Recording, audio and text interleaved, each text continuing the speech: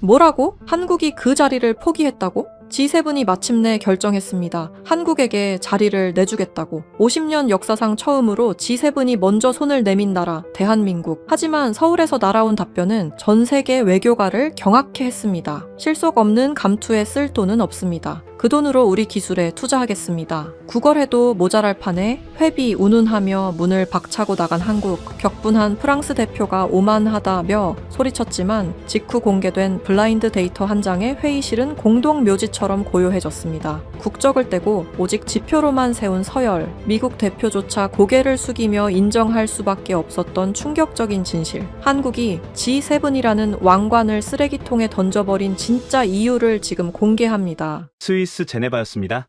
레만 호수의 수면 위로 차가운 겨울 안개가 자욱하게 깔린 이른 아침이었습니다. 뼈마디가 시릴 만큼 차가운 바람이 코트 자락을 파고들었지만 제 손에 들린 낡은 가죽 가방의 무게보다는 가볍게 느껴졌습니다. 저는 옷깃을 여미며 국제 포럼이 열리는 호텔의 가장 깊숙한 곳, 비공개 전략 회의실로 발걸음을 옮겼습니다. 지난달 브뤼셀에서 G7 고위 관료들을 마주했을 때도 팽팽한 긴장감이 감돌았지만 이번 공기는 질감부터 달랐습니다. 그 흔한 안내판 하나 없이 입구를 지키는 2명의 무장 경호원만이 이곳이 허락된 자들만의 공간임을 침묵으로 웅변하고 있었죠.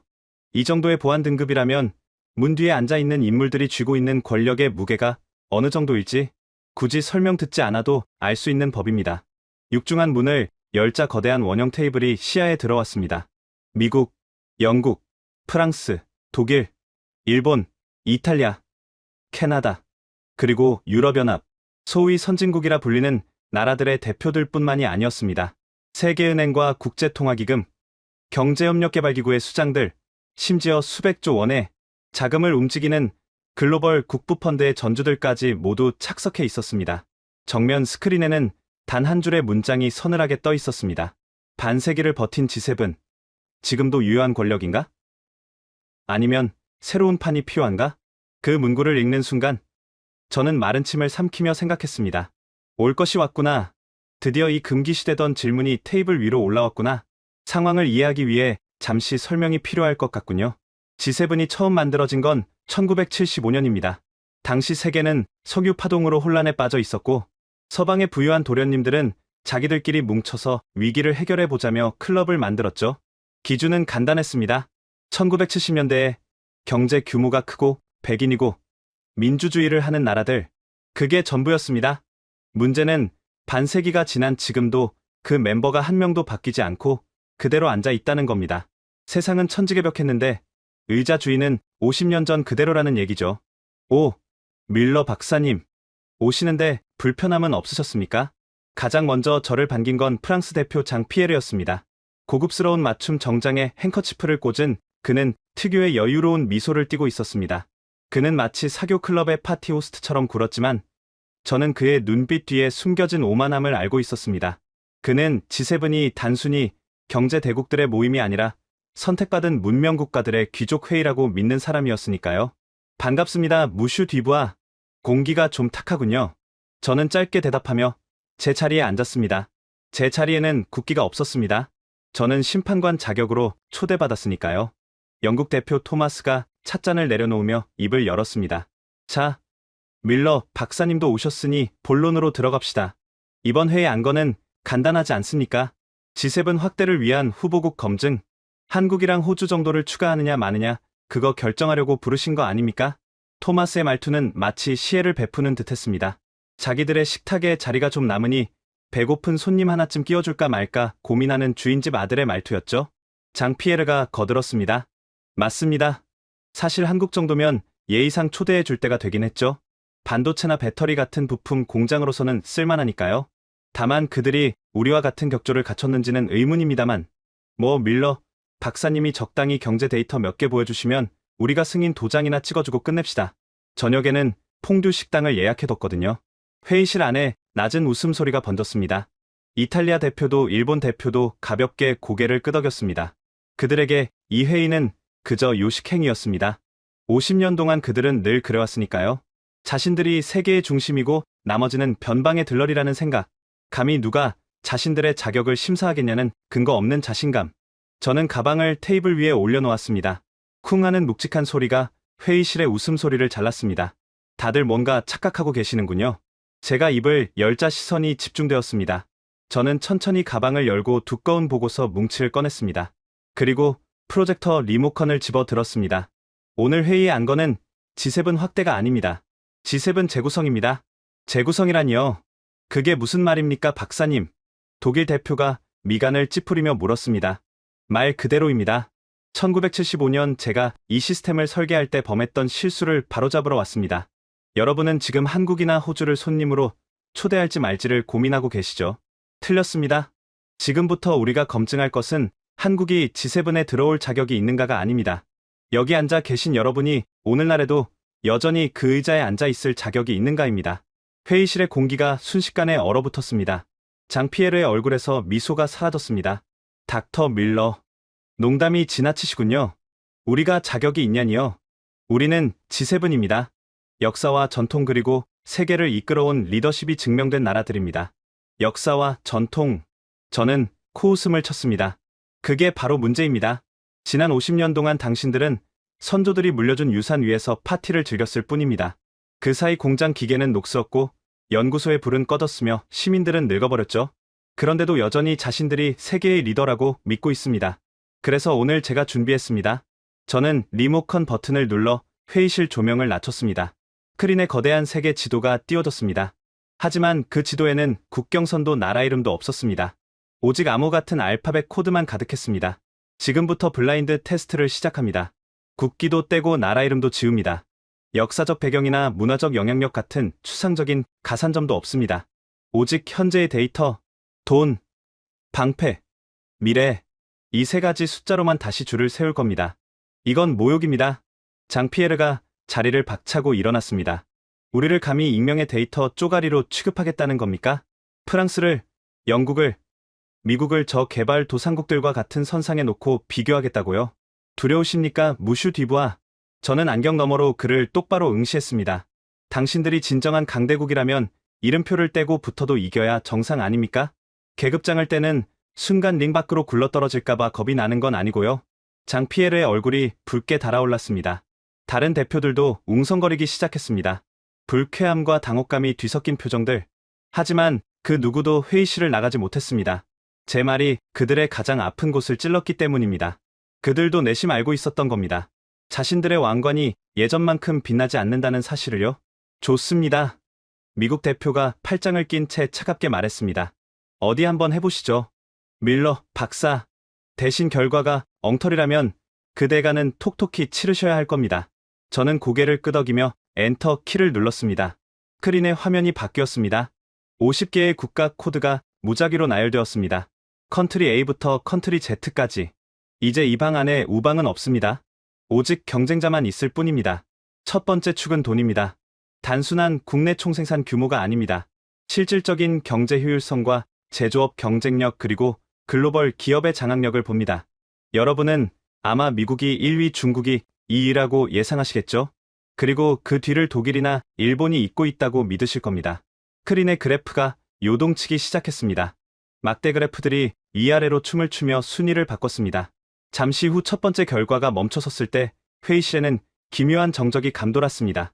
당연히 상위권에 있어야 할 코드 하나가 중간까지 곤두박질쳐 있었고 반대로 듣도 보도 못한 코드 하나가 무서운 기세로 치고 올라와 미국 바로 아래인 이 자리에 꽂혀 있었기 때문입니다. 컨트리 K. 장피에르가 떨리는 목소리로 물었습니다. 이 컨트리 K가 도대체 어디입니까? 독일입니까? 아니면 중국입니까? 저는 희미하게 미소 지었습니다. 글쎄요. 분명한 건 하나입니다. 이 나라는 여러분이 생각하는 그 어떤 나라보다 돈을 버는 재주가 탁월하다는 겁니다. 자, 이제 겨우 시작입니다. 저는 다음 슬라이드를 넘길 준비를 했습니다. 그들의 표정이 공포로 물들기 시작하는 걸 즐기면서 말이죠. 스크린 위에서 붉은색 막대 그래프가 멈췄습니다. 회의실의 공기는 진공 상태처럼 고요했습니다. 참석자들의 눈동자가 지진이라도 난 것처럼 흔들리고 있었죠. 그들이 평생 믿어왔던 상식이 단 몇 초 만에 부정당했으니까요. 1위는 압도적인 수치로 컨트리 A. 누가 봐도 미국이었습니다. 여기까지는 모두가 예상한 시나리오였습니다.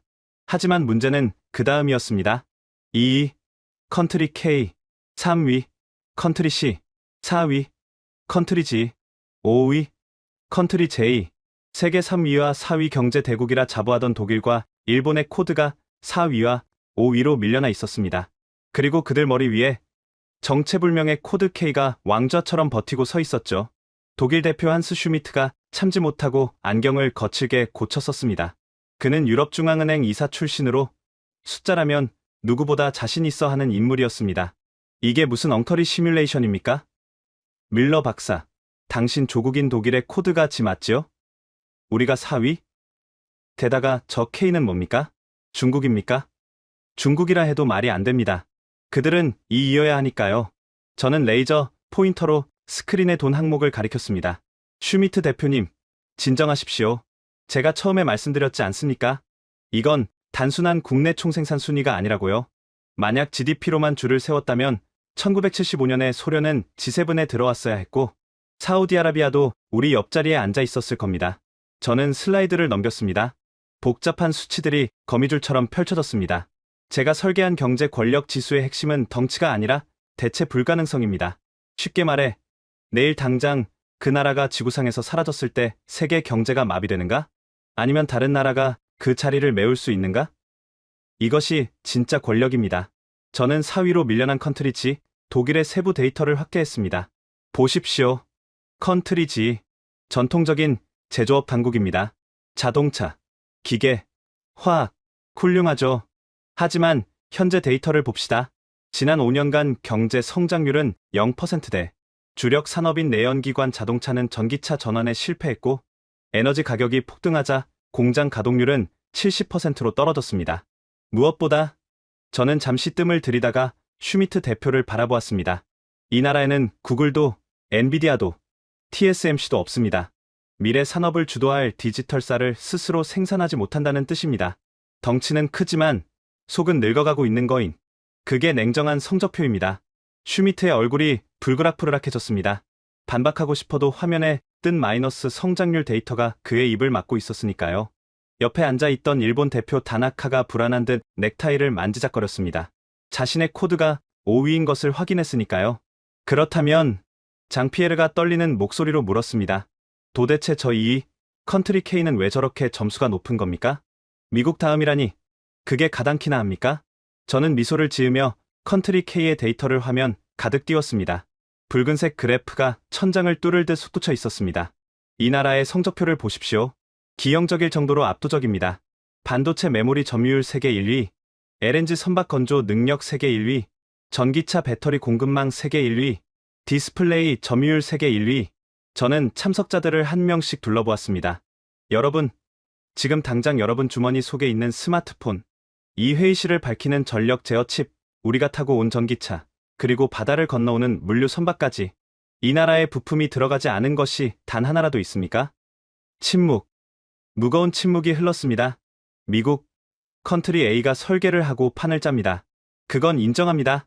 하지만 그 설계를 실물로 만들어낼 수 있는 나라는 지구상에 단 하나, 컨트리 K뿐입니다. 만약 내일 당장 이 나라가 문을 닫으면 구글도, 애플도, 아마존도, 심지어 독일의 벤츠도 멈춥니다. 세계 경제의 심장부로 들어가는 혈관을 이 나라가 쥐고 있다는 뜻입니다. 영국 대표 토마스가 믿을 수 없다는 듯 중얼거렸습니다. 제조업, 고작 하청 공장 역할을 한다는 거 아닙니까? 그게 어떻게 권력이 됩니까? 하청? 저는 책상을 탁하고 내리쳤습니다. 토마스 대표, 아직도 20세기 사고방식에 갇혀 계시는군요. 대체할 수 있는 하청은 노예지만 대체 불가능한 하청은 주인입니다. 지금 세계는 이 나라에게 제발 물건 좀 팔아달라고 줄을 서고 있습니다. 그게 바로 컨트리 K의 위치입니다. 스크린 화면이 바뀌며 무역 흑자 구조와 포춘 500대 기업 순위가 나타났습니다. 컨트리 K는 자원이 단 한 방울도 나지 않는 척박한 땅임에도 불구하고 오직 기술과 인력만으로 영국, 프랑스, 이탈리아의 무역 흑자를 합친 것보다 더 많은 달러를 벌어들이고 있었습니다. 반면 여러분의 나라를 보십시오. 저는 이탈리아와 영국, 캐나다의 데이터를 가리켰습니다. 금융, 관광, 명품 브랜드, 화려하죠. 하지만 위기가 닥치면 그것들이 여러분을 구해줍니까? 팬데믹 때 마스크 하나 제대로 못 만들어서 쩔쩔매던 게 불과 몇 년 전입니다. 진짜 위기가 오면 샤넬 가방이나 런던의 금융상품은 아무짝에도 쓸모가 없습니다. 당장 쓸 마스크, 당장 돌릴 반도체, 당장 띄울 배가 필요하죠. 컨트리 K는 그걸 다 가지고 있습니다. 장피에르가 입술을 깨물었습니다. 자존심이 상했지만 논리적으로 반박할 틈이 없었기 때문입니다. 밀러 박사, 인정하겠습니다. 돈 버는 재주 하나는 뛰어나군요. 공장도 잘 돌리고요. 하지만 그는 마지막 자존심을 긁어모아 반격을 시도했습니다. G7은 단순히 장사꾼들의 모임이 아닙니다. 세계의 안보와 평화를 책임지는 보안관들의 모임입니다. 저런 조그만 나라가 돈 좀 벌었다고 해서 우리와 같은 식탁에 앉을 수는 없습니다. 국방력, 외교력, 그리고 위기 상황에서 피를 흘릴 각오가 되어 있는지, 그 방패의 무게는 전혀 다른 차원의 문제입니다. 그의 말이 끝나자마자 다른 대표들의 표정이 밝아졌습니다. 맞습니다. 경제는 숫자로 비벼볼 수 있어도 군사력과 외교적 영향력은 하루아침에 만들어지는 게 아니니까요. 그들은 자신들이 여전히 그 분야에서는 압도적 우위에 있다고 믿고 있었습니다. 저는 안경을 벗어 닦으며 낮게 웃었습니다. 방패라. 무슈디부아. 방금 아주 훌륭한 지적을 하셨습니다. 저는 다시 리모컨을 집어 들었습니다. 사실 제가 가장 보여드리고 싶었던 데이터가 바로 그겁니다. 여러분은 방금 경제 지표를 보며 놀라셨지만 진짜 충격은 지금부터입니다. 여러분이 평화에 취해 군살이 찌는 동안 휴전선이라는 거대한 칼날 위에서 70년 동안 칼을 갈아온 나라가 어떤 괴물이 되었는지 보신 적이 없으시겠죠? 저는 화면을 두 번째 축 방패로 전환했습니다. 미리 경고합니다만 이번 데이터는 자존심이 아니라 공포심을 건드릴 겁니다. 화면이 붉게 물들기 시작했습니다. 그리고 그곳에는 유럽의 군사 강국들이라 자부하던 나라들을 비참하게 만드는 숫자들이 떠올랐습니다. 방패라. 무슈디부아. 방금 아주 훌륭한 지적을 하셨습니다. 저는 다시 리모컨을 집어 들었습니다. 회의실의 공기가 다시금 팽팽하게 당겨졌습니다. 방금 전 경제 지표에서 굴욕을 맛본 대표들의 눈빛에는 그래도 군사력만큼은 우리가 한 수 위겠지라는 마지막 자존심이 서려 있었습니다. 사실 제가 가장 보여드리고 싶었던 데이터가 바로 그겁니다. 여러분은 방금 경제 지표를 보며 놀라셨지만 진짜 충격은 지금부터입니다. 여러분이 평화에 취해 군살이 찌는 동안 휴전선이라는 거대한 칼날 위에서 70년 동안 칼을 갈아온 나라가 어떤 괴물이 되었는지 보신 적이 없으시겠죠? 저는 화면을 두 번째 축 방패로 전환했습니다. 미리 경고합니다만 이번 데이터는 자존심이 아니라 공포심을 건드릴 겁니다. 화면이 붉게 물들기 시작했습니다. 그리고 그곳에는 유럽의 군사 강국들이라 자부하던 나라들을 비참하게 만드는 숫자들이 떠올랐습니다. 가장 먼저 무너진 건 영국과 독일이었습니다. 컨트리 U와 컨트리 G. 한때 대영 제국과 전차 군단이라 불렸던 그들의 국방력 지표는 처참했습니다. 보십시오. 토마스 대표님. 영국의 현재 전차 가동률은 40% 미만입니다. 탄약 비축량은 일주일치도 안 됩니다. 만약 러시아가 지금 당장 진격해 온다면 영국군은 일주일 만에 백기를 들어야 한다는 뜻입니다. 토마스 대표의 얼굴이 흑빛으로 변했습니다. 밀러 박사, 그건 기밀 사항입니다. 어떻게?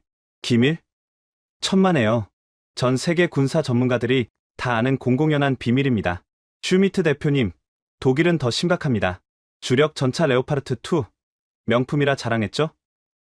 하지만 우크라이나 전쟁 때 보셨지 않습니까?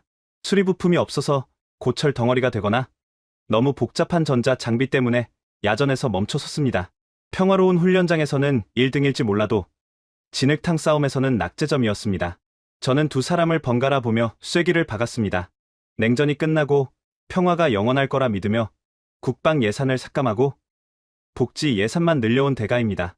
여러분은 스스로를 지킬 힘조차 잃어버린 종이 호랑이가 되었습니다. 장피에르가 끼어들었습니다. 하지만 우리에겐 나토가 있습니다. 그리고 미국의 해구산이 있고요. 나토? 미국? 저는 실소를 터뜨렸습니다. 무슈디부아? 나토는 결국 미국의 힘을 빌려 쓰는 동호회일 뿐입니다. 만약 미국이 더 이상 유럽을 위해 피를 흘리지 않겠다고 선언하면 어떻게 됩니까? 그때도 프랑스가, 독일이 스스로를 지킬 수 있습니까? 그들은 아무 말도 하지 못했습니다. 트럼프 행정부 시절 미국의 안보 청구서에 벌벌 떨었던 기억이 생생했으니까요. 자, 이제 진짜 실전의 맹수를 보여드리죠. 저는 스크린 중앙에 컨트리 K의 군사 데이터를 띄웠습니다. 붉은색 막대 그래프가 다른 나라들을 어린아이처럼 보이게 만들 정도로 압도적이었습니다. 보십시오. 컨트리 K. 이 나라는 지난 70년 동안 단 한순간도 전쟁을 멈춘 적이 없습니다. 휴전 상태, 즉 전쟁 중인 나라입니다. 그래서 그들은 미친 짓을 했습니다. 전 국민의 절반인 남성들이 군대에서 실전 훈련을 받고 예비군이라는 이름으로 40살까지 총을 잡습니다.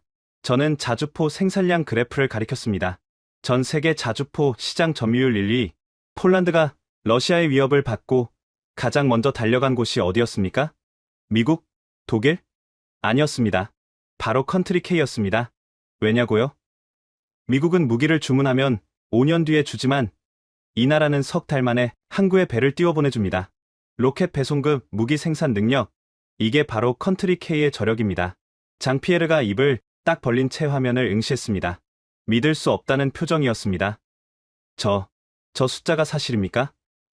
자주포 천문을 단 몇 달 만에 찍어낸다고요? 그게 가능한 공장이 지구상에 있습니까? 가능합니다. 컨트리 K는 전시 상황을 가정하고 모든 산업시설을 설계했습니다.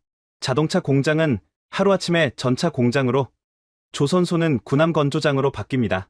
평시에는 스마트폰을 만들지만 전시에는 미사일 유도 장치를 만드는 나라, 전 세계에서 유일하게 총력전 준비가 되어 있는 국가입니다. 저는 다시 한번 그들의 눈을 맞췄습니다. 여러분, 냉정하게 생각해 봅시다. 만약 3차 대전이 터진다면 여러분은 누구와 손을 잡으시겠습니까? 평화에 찌들어 녹슨 칼을 쥐고 있는 친구입니까? 아니면 매일매일 칼날을 갈아 시퍼렇게 날이 선 전사입니까? 회의실 안의 분위기가 묘하게 바뀌었습니다. 처음에는 무시와 조롱이었지만 이제는 두려움과 경외심이 섞인 눈빛들이 컨트리 K의 데이터를 훑고 있었습니다. 미국 대표 제임스가 팔짱을 풀고 몸을 앞으로 기울였습니다. 그는 지금까지 침묵을 지키고 있었지만 군사 전문가 출신답게 이 데이터의 의미를 누구보다 잘 알고 있었습니다. 밀러 박사, 인정하지.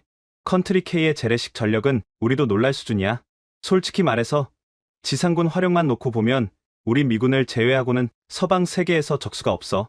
하지만 그는 날카로운 질문을 던졌습니다. 군사력만으로 G7 자격이 생기는 건 아냐. 신뢰가 중요하지. 이 나라는 독자적인 목소리를 낼 수 있나? 아니면 미국의 눈치만 보는 종속 변수인가? 우크라이나 지원 때도 살상 무기 지원을 주저했잖아. 과연 우리와 가치를 공유하는 동맹이라 할 수 있나? 핵심을 찌르는 질문이었습니다. 컨트리 K는 강력하지만 외교적으로는 늘 신중했습니다. 때로는 그 신중함이 서방 국가들에게는 기회주의로 비치기도 했으니까요. 제임스 대표, 정확한 지적입니다. 컨트리 K는 신중합니다. 하지만 그건 눈치가 아니라 생존 본능입니다. 주변을 보십시오.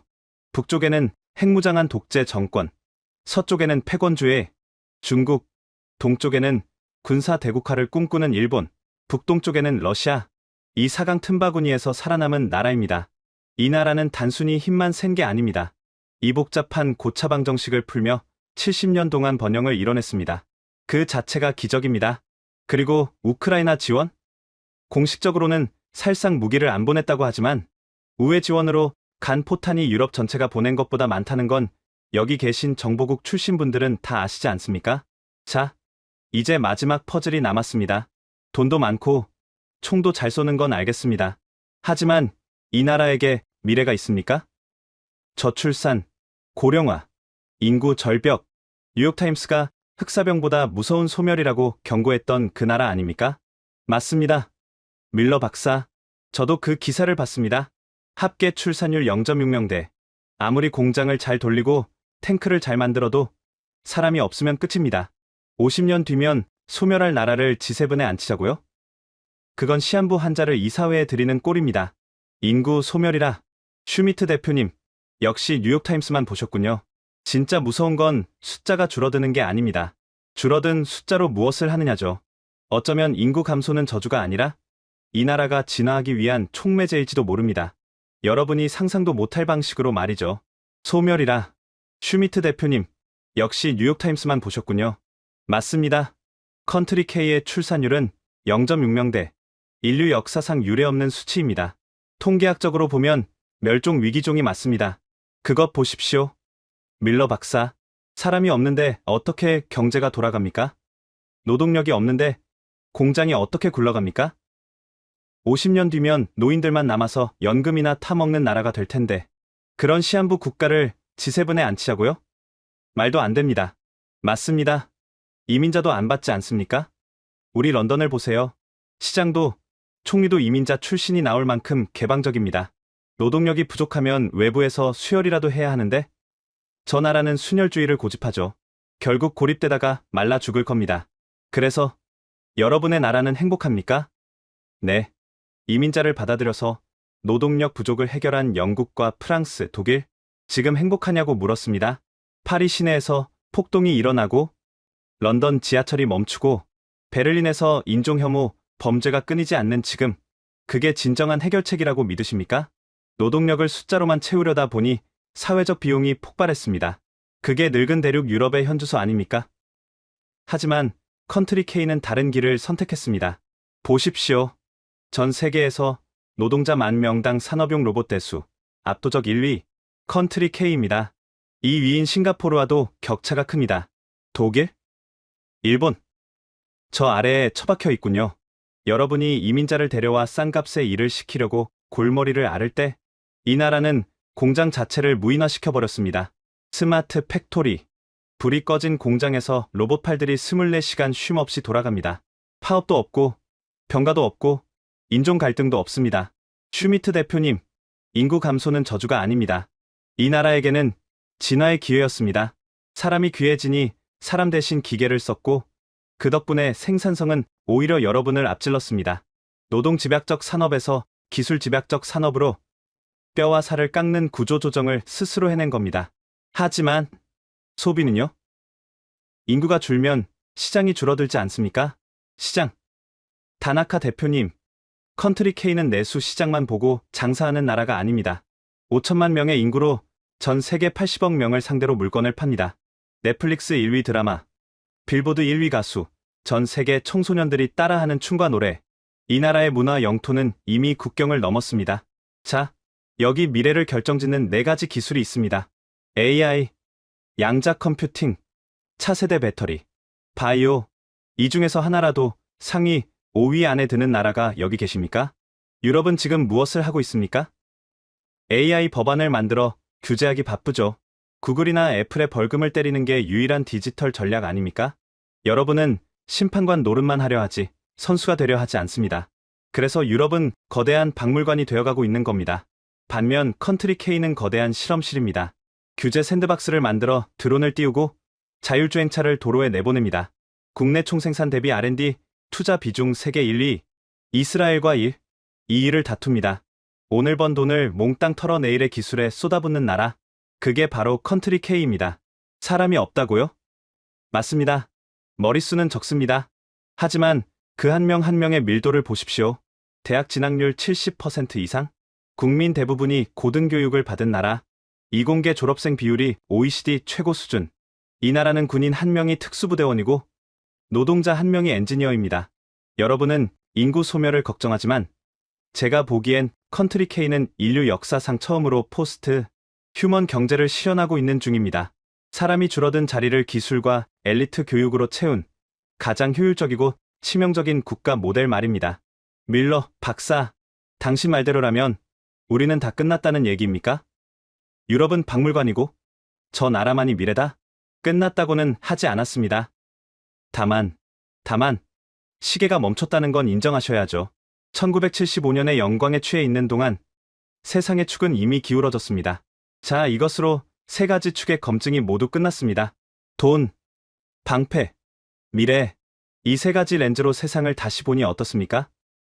여전히 여러분이 식탁의 주인처럼 보이십니까? 좋아. 밀러 박사, 당신의 데이터는 꽤 설득력이 있었어. 인정하지. 컨트리 K.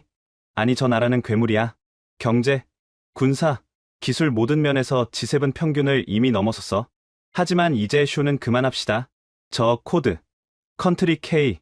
누군지 다들 짐작은 하고 있지만 박사 입으로 직접 확인해 주시죠.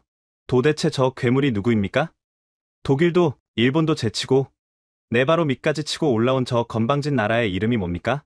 여러분은 이미 알고 계십니다. 브뤼셀에서도 마주쳤고 뉴스에서도 매일 보았으며 여러분의 손과 주머니 속에 이미 들어와 있는 그 이름, 이제 가면을 벗길 시간입니다. 대한민국, 리퍼블릭 오브 코리아, 박하나. 사우스 코리아? 지금 농담합니까? 저 조그만 나라가? 우리가 와인을 만들고 루이비통을 팔 때 저들은 고작 반도체나 굽던 나라 아닙니까? 어떻게 프랑스보다 위입니까? 무슈 뒤부아 반도체를 고작이라고 표현하시는 걸 보니 아직도 상황 파악이 안 되시는군요. 21세기의 반도체는 20세기의 석유입니다.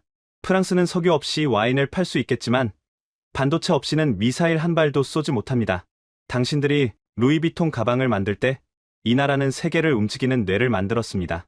그 차이가 이 순위를 만든 겁니다. 자, 이제 감정은 잠시 내려놓고 격차를 보십시오. 제가 보여드리고 싶은 진짜 공포는 순위가 아니라 점수 차이입니다. 보이십니까? 1위 미국과 2위 한국의 점수 차이는 불과 11점입니다. 하지만 2위 한국과 3위 독일의 차이는 무려 25점입니다. 이 그래프가 무엇을 말하고 있는지 아십니까? 현재 서방 세계의 질서는 더 이상 G7이 아니라는 겁니다. 미국과 한국, 이 두 나라가 슈퍼클래스를 형성하고 있고 나머지 여러분은 한참 아래인 2부 리그로 밀려났다는 뜻입니다. G2 체제라니 인정할 수 없습니다. 미국이야 그렇다 쳐도 한국이 우리와 다른 리그라뇨? 덩치로 보나 역사로 보나 우리가 한 수 위입니다. 슈미트 대표님, 덩치? 공룡도 덩치는 컸습니다. 하지만 멸종했죠. 지금 세계는 덩치가 큰 나라가 이기는 게 아니라 빠르고 독한 나라가 이깁니다. 독일이 의회에서 법안 하나 통과시키려고 3년을 토론할 때 한국은 석 달 만에 법을 바꾸고 공장을 짓습니다. 독일이 에너지 위기로 공장 문을 닫을 때 한국은 원자력 발전소를 다시 돌려 전기를 공급했습니다. 속도의 차이가 곧 계급의 차이입니다. 이 나라는 미들 파워가 아닙니다.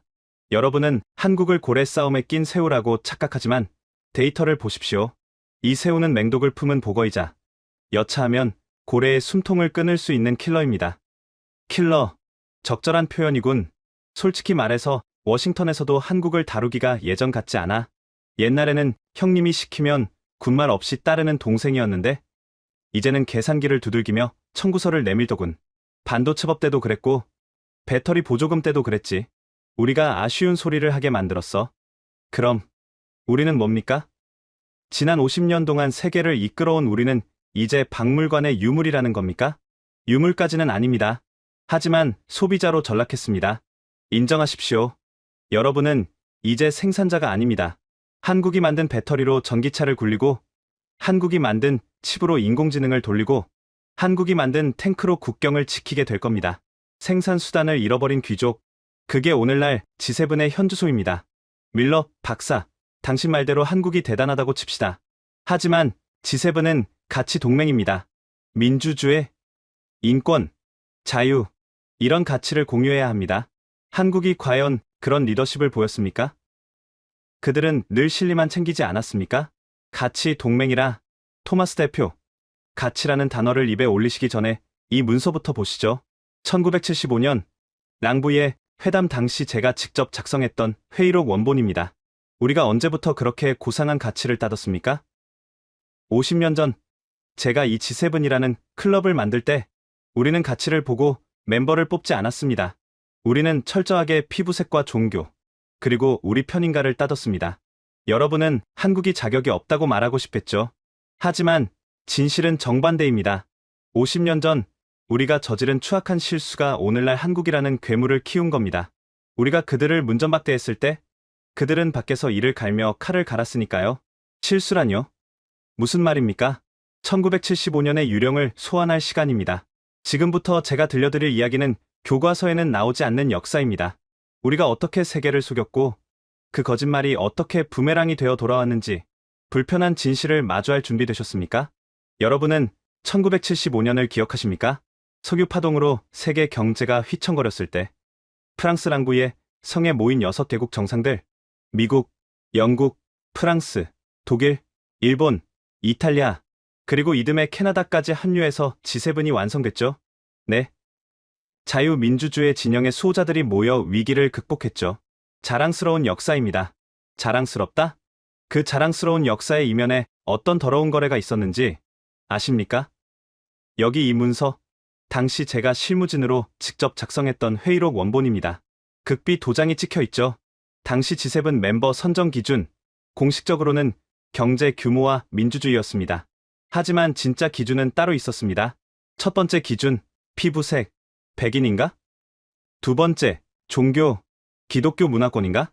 세 번째, 이념, 우리 편인가? 이 세 가지였습니다. 경제 규모? 그건 핑계였습니다. 일본이 있지 않습니까? 일본은 아시아 국가인데요. 일본은 당시 명예 백인 취급을 받았습니다. 탈아입구, 스스로 아시아를 벗어나 서구를 지향했으니까요.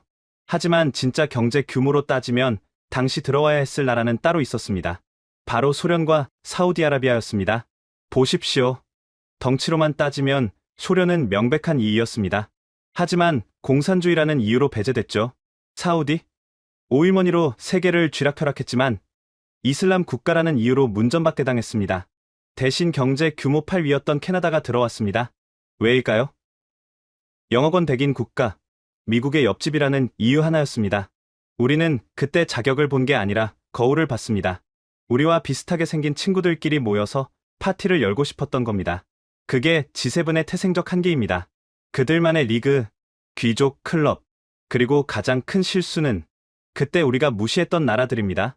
특히 아시아의 작은 나라들, 한국, 대만, 싱가포르. 당시 그들은 가난했습니다. 원조를 받던 나라들이었죠. 우리는 그들을 영원한 하청 기지로만 생각했습니다. 우리 공장의 부품이나 조립해주고 우리가 던져주는 빵 부스럭이나 받아먹으며 살 거라고 믿었습니다. 그때는 어쩔 수 없지 않았습니까? 그들은 실제로 가난했고 독재 정권 치하였습니다. 민주주의의 가치와는 거리가 멀었죠. 맞습니다. 가난했고 독재였죠. 하지만 우리는 그들의 눈을 보지 않았습니다. 배가 고파서 흙을 파먹으면서도 자식들을 학교에 보내고 밤새워 공장을 돌리며 기술을 훔쳐 배우던 그 도끼를 말입니다. 우리는 그들을 비웃었습니다. 카피캣, 싸구려 짝퉁. 하지만 그들은 묵묵히 칼을 갈았습니다.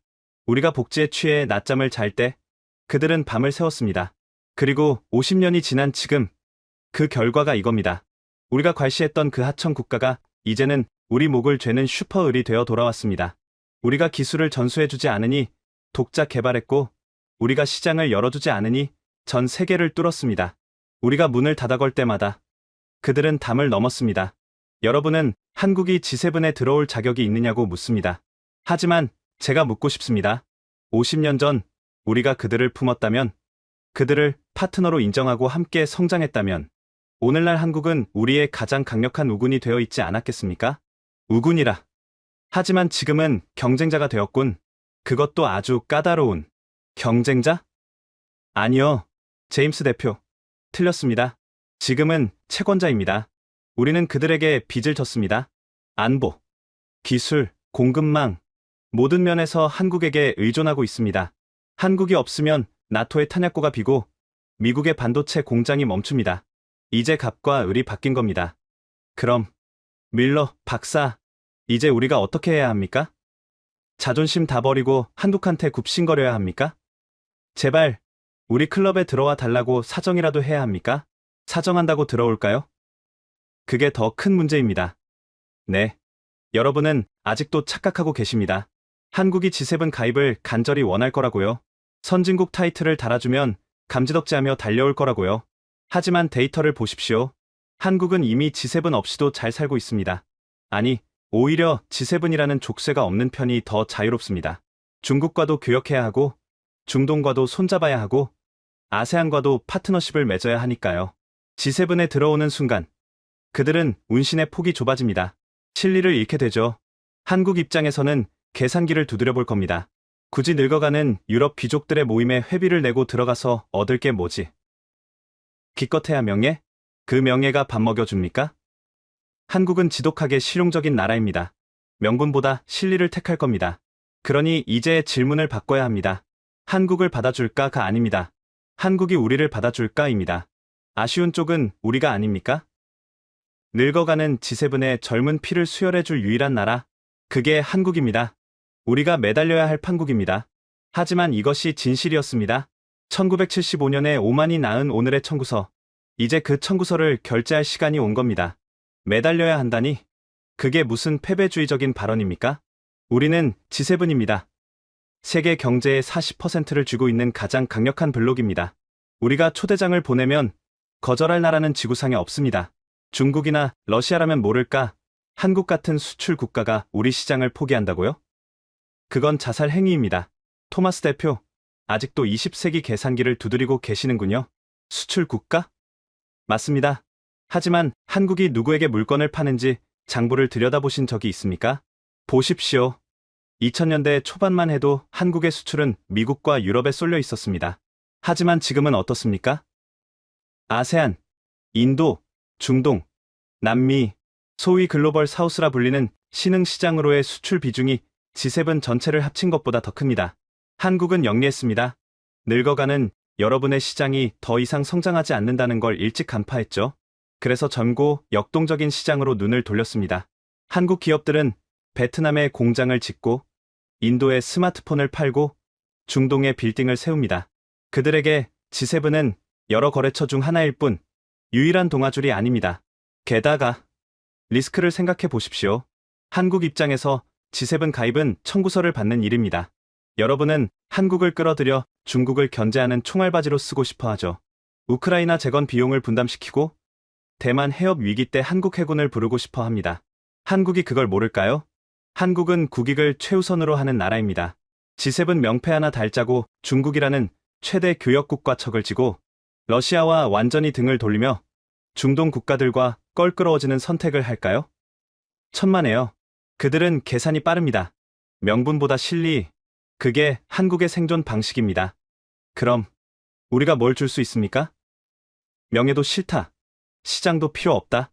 도대체 저 나라가 원하는 게 뭡니까? 원하는 것? 없습니다. 네. 한국은 이미 다 가졌습니다. 안보는 미국과의 동맹으로 충분하고 경제는 독자적인 기술력으로 세계를 장악했습니다. 문화는 이미 할리우드를 위협합니다. 여러분이 줄 수 있는 건 낡은 귀족 클럽의 회원권뿐인데 그 회비가 너무 비쌉니다. 한국은 그 비싼 회비를 내고 굳이 침몰하는 배에 탈 이유가 없는 겁니다. 그럼 우리는 어떻게 되는 겁니까? 한국이 안 들어오면 G7은 식물인간이 되겠죠. 반도체 공급망은 끊기고 배터리 수급은 불안해지며 미래 기술 표준 경쟁에서 중국에게 밀릴 겁니다. 한국이라는 엔진 없이 늙은 몸뚱이만 남은 G7이 얼마나 버틸 수 있겠습니까? 제네바에 오기 전 저는 서울에 있는 제 제자에게 전화를 걸었습니다. 한국 정부의 고위 관료죠. 그에게 넌지시 물었습니다. 만약 이번 회의에서 한국을 초청하기로 결정하면 어떻게 하겠나? 라고요. 그가 뭐라고 했는지 아십니까? 그는 웃으면서 이렇게 말하더군요. 교수님, 저희는 초대장을 기다리지 않습니다. 다만 G7이 저희와 대화할 준비가 되었는지 지켜볼 뿐입니다. 아, 그리고 회비가 너무 비싸면 곤란하다고 전해주세요. 저희는 실속 없는 감투는 사양하거든요. 들리십니까? 여러분. 저들은 이미 계산을 끝냈습니다. 이제 계산서를 받아들여야 할 쪽은 한국이 아니라 바로 여러분입니다. 행운을 빕니다. 50년 된 낡은 간판을 지키시려면 꽤나 비싼 값을 치르셔야 할 겁니다. 대한민국 국민 여러분. 오늘 저는 제네바의 깊은 벙커에서 낡은 세계의 지도를 찢어버렸습니다. 그리고 그 위에 새로운 지도를 그렸습니다. 그 지도의 중심에는 더 이상 워싱턴이나 런던, 도쿄가 아닌 서울이 있었습니다. 50년 전 여러분은 폐허 위에서 굶주린 배를 움켜쥐고 있었습니다. 우리는 여러분을 동정했습니다. 원조 물자가 없으면 겨울을 나지 못할 거라고 생각했습니다. 30년 전 여러분은 밤새워 공장을 돌렸습니다. 우리는 여러분을 이용했습니다. 우리의 싼 하청 기지가 되어줄 거라고 믿었습니다. 10년 전 여러분은 K-팝을 부르며 문화를 수출했습니다. 우리는 여러분을 신기해했습니다. 그저 일시적인 유행일 거라 깎아내렸습니다. 하지만 오늘 우리는 여러분을 두려워합니다. 여러분의 반도체가 없으면 우리의 미사일이 날지 못하고 여러분의 배터리가 없으면 우리의 차가 굴러가지 않습니다. 여러분이 만든 배가 아니면 우리의 물건을 실어 나를 수 없습니다.